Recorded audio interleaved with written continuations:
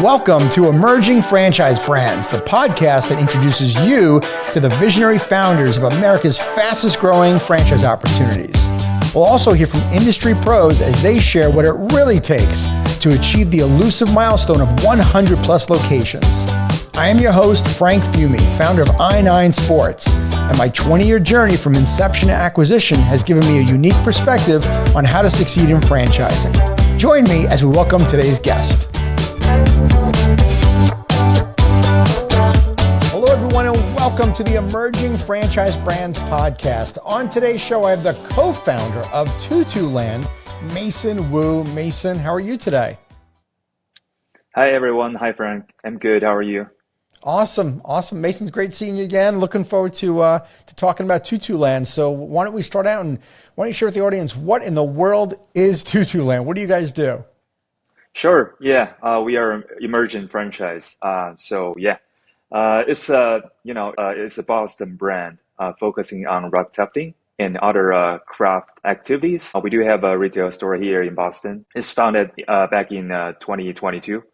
And, the main services we provide is rug tufting, pouring hours, and decoding hours. And we have seasonal pop-up services for, all ages and, people to come and enjoy, 1 or 2 hours here and, get some art-related activities done in the store.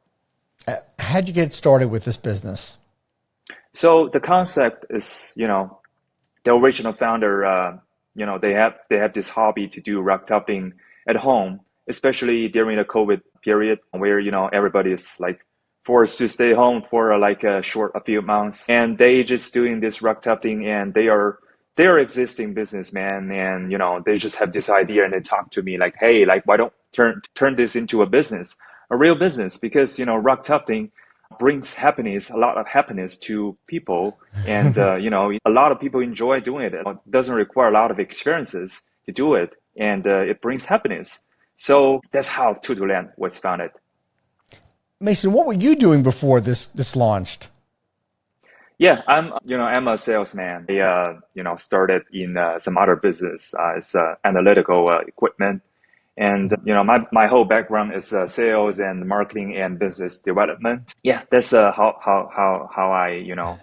I started, my career, my own career. But, after I joined Tutuland, I feel like this is a great opportunity to let more people know it by doing franchise. So we can bring more happiness to other communities all around the States. Sure. Did you have any experience in actually tufting? Not really, but I've done tufting before. When I joined the store, sometimes I just do it myself, but I'm not an expert. Okay. I'm curious to know about the name of the company. Where did the origin come from? Who named it and why? Why Tutu Land? Yes, Jay's idea. Tutu, it's like the sound of using the tufting gun. Doing the rug tufting, there's a frame, there's back claws on there, tighten, and you use a tufting gun to put the yarn onto the back cloth. So Okay. that sound, that's how it was created. Okay, very cool. Very, very clever. I like it. All right, so Jay starts this company, right, in 2022. You come aboard. He talks you into coming aboard on this venture, right? Mm-hmm. Yes. And so you start this out. What was life like first when you guys started out with this Boston store? Yes, it has a lot of challenges. At the very beginning, we take reservations and we take walk-ins, just, very popular immediately after, the store was open. And although, they have some business experience before running other restaurants and beauty salons, but, this is totally different services. The challenges are how to manage reservations and how to ensure a smooth business flow. When customer come in, we'll do them a tutorial because, most of our customers, they are new and they don't have any experiences doing it and they're not comfortable, start to do it their own rug immediately. So we have to provide a tutorial and, it's better to provide a tutorial in batches, for maybe 8 to 10 customer coming together and, provide them one session instead of Right. like promote everybody like in different tutorials. That will a waste of time of our employees. So it's very challenging to do that, to manage how to manage like reservations. But later on, like we developed our own reservation system online, and Hmm. to ensure it's divided into different sessions, and we only take those sessions. And customer like they usually they'll arrive in time, they pay their deposit, they come to the store, and everybody will do the tutorial together and do some practice before they're comfortable to do their own rug. How difficult is it for a first timer to come in and even after the tutorial, do you guys need to help them? Is there a hands-on component for those that are running the store to helping folks with the tufting session? Yeah, not at all. I wouldn't say it's even challenging. Even like bigger kids, they can do it on their own. And Nice. we have like several very large topping frame for like practicing. So once we give our tutorial, each of our store staff will bring maybe two or three customers and bring like a hands-on like instruction for different levels. Like they will make judgment on like how many more practice you should do like before you do your own rug and that kind. So it's it's totally like I think it's very easy for customer to pick up the skills and start to do their own rugs. Was there a defining moment for you guys where you realized we've got something big here? We've got some great potential for this business. Hmm. For the first year or like first year and a half, we do see several or maybe more than 10 like customers reaching out to us like say like this is such a good concept, like if you guys are open to like open more um, studios in like place A, place B, and place C. Mhm. So at that time, like that's how we like had this idea, like maybe we should like reach out and see like if Tutuland is really suitable for opening more stores. And there are two options. First is cooperative store. The other one is, franchise. And, after a lot of research and discussions internally, we just found like doing franchise is the best approach for us moving forward. Well, Mason, Yeah. normally I ask a founder or a co-founder, Mhm. what's unique about your brand, different than all the others that are out there? Because typically there's competition, but I don't know of any Mhm. other tufting franchise. I don't even know of another tufting craft store.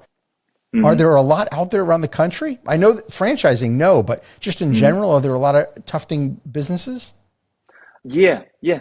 There are definitely other brands, but most of them are local. Actually, so far we are the only top team franchise in the United States. It's not easy. It got a lot of preparation, but Yeah. the thing is, the store itself is very popular locally, and which gave us a lot of confidence after researching and talking to other places, people. And we feel like it's very, it will be very competitive. If we open, Tutuland store in other states, in other states. How many people are typically in one session in the store?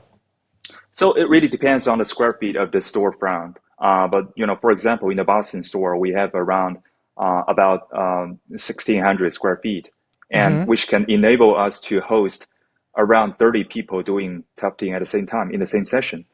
Um, it's not easy. It's actually a little bit, crowded. Feel a little bit Hmm. crowded, but ideal like space is like between I would say 1,800 to 3,000 square feet. And of course, like more spaces, you'll be able to host more people. And we have some uniqueness on how to manage customer, on how to ensure a smooth business operation during the tufting. From customer like before customer entering into our store to like Hmm. they get their final product. And how many employees do you need to run a store, especially if you have 30 people in a session? Hmm. Yeah, we are always fully booked during the weekends, and I mean fully booked is like more than fully booked. In the on the weekend, like usually we have 6 to 7 employees, including Oh, Jay. wow. Yeah, for our Boston store, in that Hmm. we're talking about like 1,600 square feet, but on the weekdays, customer like really, customer flow is less, of course. People like they're working, kids go to school, and typically you only need like 2 to 3 employees in the store. And that will be like more Okay. than enough. Nice. Well, before we get into franchising, I'm just curious if you guys have aspirations to open up additional corporate locations, or are you going to, right now, you've got the one store in Boston, right? We've got, Hmm. if I recall from our conversation you and I had, there was, you're looking at an Atlanta market, I believe, for a franchise owner. Yeah, we started franchising since like September, and we already have signed franchise contract with one franchisee in Atlanta, and currently we are Congrats. doing. Thank you. Currently we are doing site selection. It's not easy. It's a very competitive market there, and Right. very limited options for like leasing space. So we are doing that at this moment, and we are open to like open more corporate stores in the future, of course. Yeah. Like New York, like maybe New Jersey and other places. We are pretty open. Okay. Well, and I heard you say with the Boston store, it's 1,600 square feet. You could go as high as 3,000 square feet. What do you think is ideal for a franchise, especially knowing that retail space, as you said, it's kind of tough right now, right? What do you think Hmm. is 1,600 about that footprint, that 62,000? Uh, yeah, I think around 2000 should be very ideal. If you depends on like different locations, like if you want to open a store in the downtown area, where like it's more, like the population is more like dense. Of course, like people maybe they could get used to like a narrower space, Hmm. and maybe like 2000 or like even 1600 is enough. But if you in the like a suburb area, for example, it's better to have a slightly larger retail space. Okay. What's the investment range to open one of your franchises?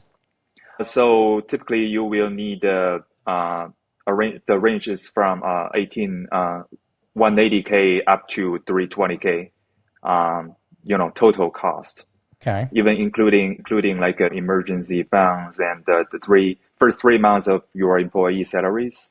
It's a little bit conservative. It's always good to be conservative. Yeah, yeah, for sure. And what does training and support look like for you guys, from you guys? So training is included, of course. Training is, consists of in-classroom training here in Boston and also hands-on training, in our Boston store. So we offer like these two trainings before your grand opening. It's a 7-day program. And we encourage every franchise owner to be, participated along with your store manager or like your partners. It's also Hmm. fine. Maximum 2 people for this training session. We also accept if you want to choose you to be like absent owner. It's fine because Tutuland Studio is really like, you know, very easy to manage once you pass like maybe the first 2 or 3 months. So if you want to be an absent owner, we still encourage you to attend a training. It's always good to understand all the things from management of your employee, management of the store to like the daily business operations. Sure, that's really smart. Great advice, Hmm. by the way, Mason, for those emerging founders that are watching or listening to this, and to making Hmm. sure that the owners, even if it is going to be quote unquote absentee, that they're in training. What about the type of person you think that would be really successful and thrive in your brand? I mean, I know you're new as an emerging franchisor, but Hmm. have you guys given a thought? You and Jay kind of talk about this is the kind of person I think we need that would really thrive in our system. Yeah, actually, yeah, I think a Tutuland store feeds a lot of types of people. You don't need to be an expert in craft activities, of course, but we assume like you should at least have some passion or like have some show some love in craft activities. Otherwise, you won't enjoy, owning this kind of business. Sure. So yeah, that's number one. And it's always better to have, if you are existing business owner or like a previous business owner, you've owned the business before, or like you still own a business, and like, everything like in front of you to open a new business. And also, we provide a lot of support, from signing the franchise agreement to grand opening to also to the post opening process. So you are get a very strong like technical a team like in your back to support you. But also we are Tutuland is suitable for like those people who are still like doing their maybe they still have their W-2 job and they want, they want a different lifestyle and they want to quit their job or not. Maybe they don't want to quit their job. Like, these are fine.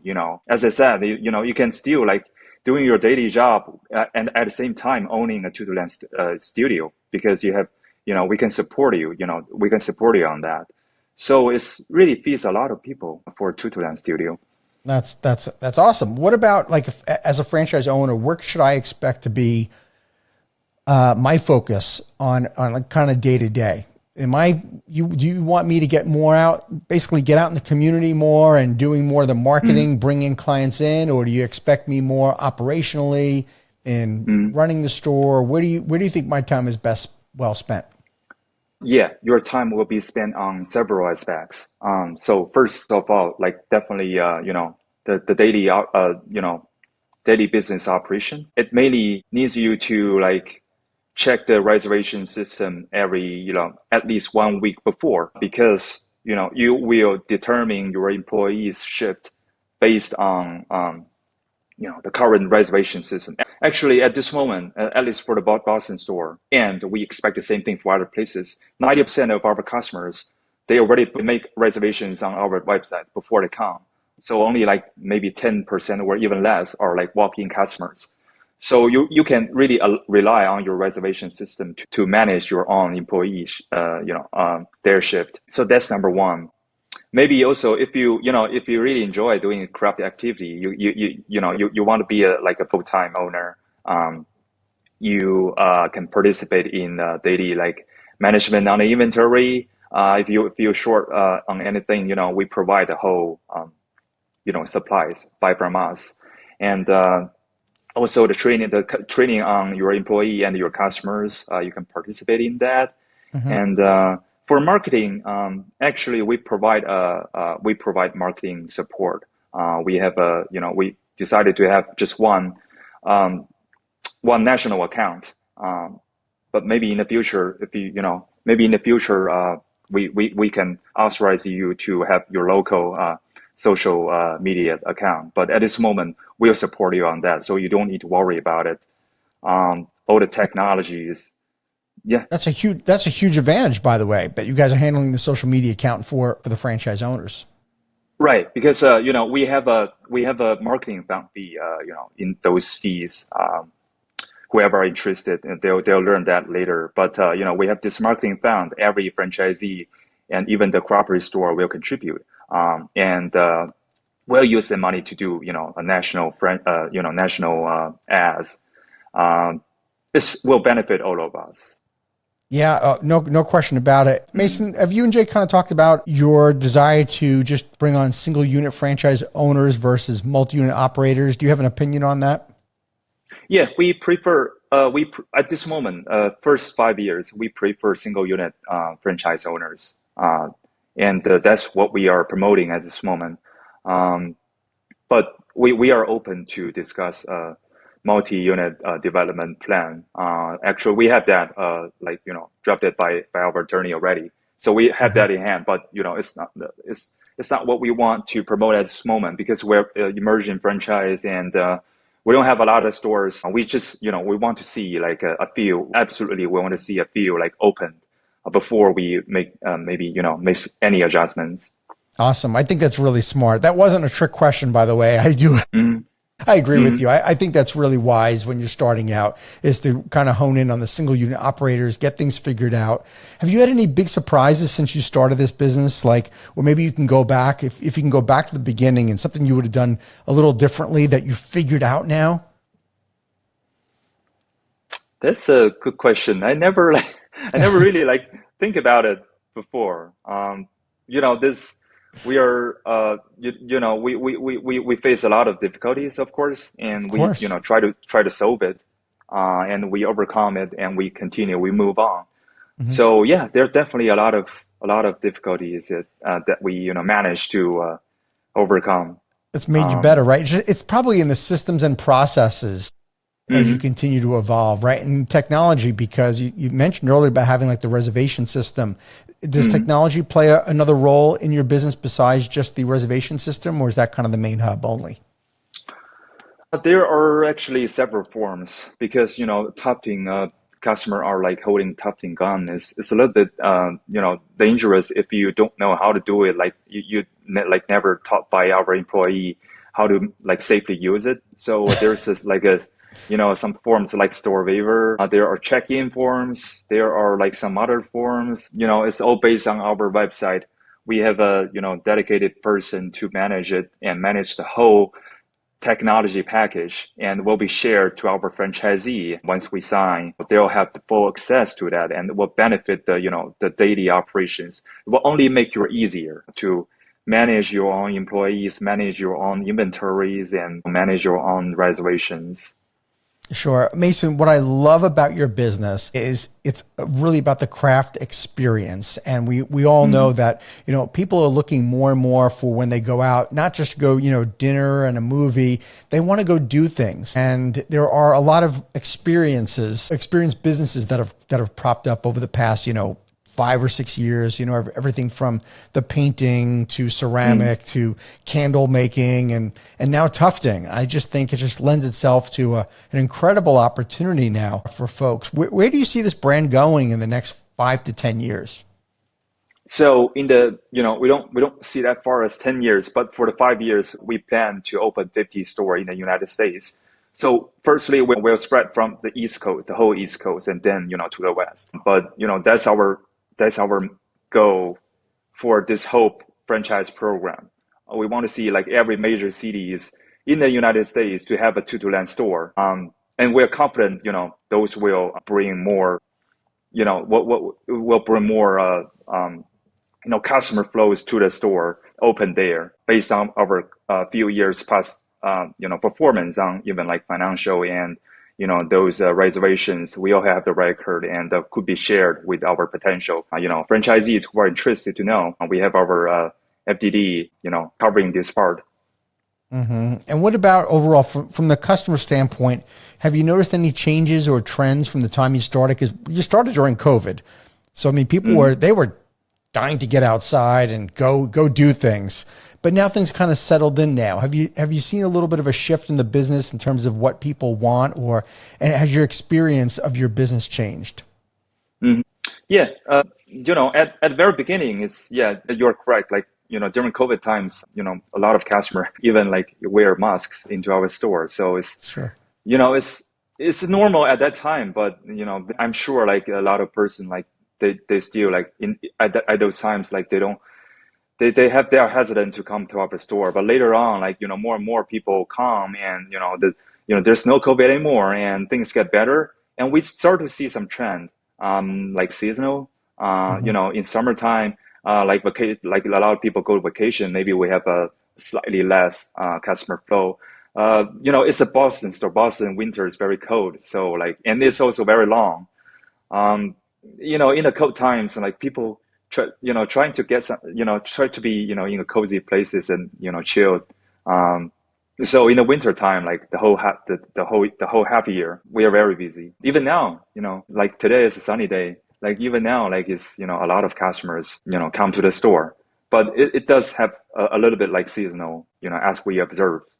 Yeah. And do you have also different age groups of people that are coming into the store based on the time of year or time of day? Like more of a senior citizens, more during the daytime versus, maybe in the evening is more of a date night or something on a weekend? Right. So firstly, during weekdays, most they are like, like seniors who are like, maybe elder couples, they come to the store like on the on the weekday, more often. There's less customer, quieter environment. People like who enjoy quieter environment. We encourage them to come in weekdays, of course, especially in the weekends, as the options are really like not many because we are like really like always fully booked. And we do see like a lot of like age groups, but you're correct. During night hours, like most are like couples, they have date night, they have a girls' night out. But sometimes I forgot to mention group booking. There are like we serve a lot of local companies. That's one thing like we will try to promote like locally. there are a lot of local companies do group booking, and those are like come on like weekdays, which can boost your weekdays because weekdays you have less customer flow, regular customer flow. So you host group booking at weekdays to compensate that. But for those like group bookings, you serve different companies, and you give them the whole place, maybe for like 3 hours, and you provide table for hosting catering, bring food, and they really enjoy like doing that. And actually, we have some returning customers for group bookings as well. That's exciting. That is fantastic. Well, that's a testament to what the experience they're getting from you guys. They get relaxed, they get chilled here, doing a rug, they can bring it, home the same day after the event. And they also have this opportunity to talk to their, colleagues. Not a lot of person are like talkable, some, you may be surprised, like some, like even in their workplace, like they don't like usually like talk a lot, but, we provide them this environment, they can, communicate, they can, try to even like do a big rug together. Like we have different sizes of the topping frame, and a lot of like people doing the group booking, they choose to do share one big frame and do it together. It's a great opportunity to to get to interact with each other. All right, Mason, why is now a great time for somebody to join your system as a franchise owner? So since we are still at the early stage, we throw all our effort into this program. So if you are the first few franchise owners, we ensure you will have our 100% focus because we want you to be successful in this business. So that's number one for early stage franchise owners. Absolutely. Yeah, I think it's a main benefit for them. Yeah, and all the territories are open. I know you, like you said earlier, you've got somebody looking you're in Atlanta, you're down to them picking their location. You looking to stay though up and down the East Coast for now? Right. And I can't disclose too much at this moment, but we may have some good news in in 2 other East Coast states. All right. Very, very, very close. So like anyone like who are interested, please feel free to reach out to us. All right. Well, if someone was interested in learning more about Tutuland, Mason, where do they go? They can check our website, which is www.tutulandfranchise.com. And also, feel free to check our consumer website, which is tutulandstudio.com. It's always interesting to learn more. We have so many contents there to educate people. What is rug tufting, what is, pouring hours, and how to do it, how to enjoy yourself. And, for the franchise website, you'll learn more, some like very basic information, but, it's more than enough for you to, get to know the whole program. And if you are really interested, please, I encourage you to reach out to us. There's a online forum there. You can, fill it out and somebody will reach out to you. Great. Mason, I got one last question for you. So I finish every podcast with the franchise tip jar because the franchise community are just so generous in sharing information and giving advice and tips and tricks and strategies. So if a friend came to you that was looking to become a franchisee of another brand, what would be maybe a piece of advice you'd give them to make sure that they're making the right decision? Yeah, sometimes, picking a franchise is for certain people is very difficult, of course. But, I think that the main thing you want to focus is like, what do you care? Like a few aspects. What do you care? And if this franchise can provide that to you, you should really care about, you should really like focus on like what they can provide to you on supports, anything that you really like feel like that's important. Typically people will only look at numbers, like how much this costs me. But, you really should look at something like look deeper and into like how the franchise can benefit you, how they can support you to be successful. Absolutely. You got to love what you do, right? It makes those tough times a lot easier to swallow. Right. Yeah, definitely. Yeah, for sure. Mason, it was great seeing you again. Thanks so much for being on the show. I appreciate it. Wish you all the best with Tutuland. Thank you so much. Likewise. Thank you. Thank you for tuning into the Emerging Franchise Brands podcast. For additional insights, guest applications, and to stay connected, visit us at efbpodcast.com. The Emerging Franchise Brands podcast is for entertainment purposes only, and the views expressed do not necessarily represent those of Emerging Franchise Brands, its host Frank Fumey, or Emerging Franchise Group LLC. Any discussed franchise or investment opportunity requires thorough investigation, obtaining proper disclosure documents, and expert consultation before making any investment decisions. The podcast and its host do not offer professional advice or endorsements, and they hold no responsibility for actions, representations, accuracy, or consequential damages related to the podcast content.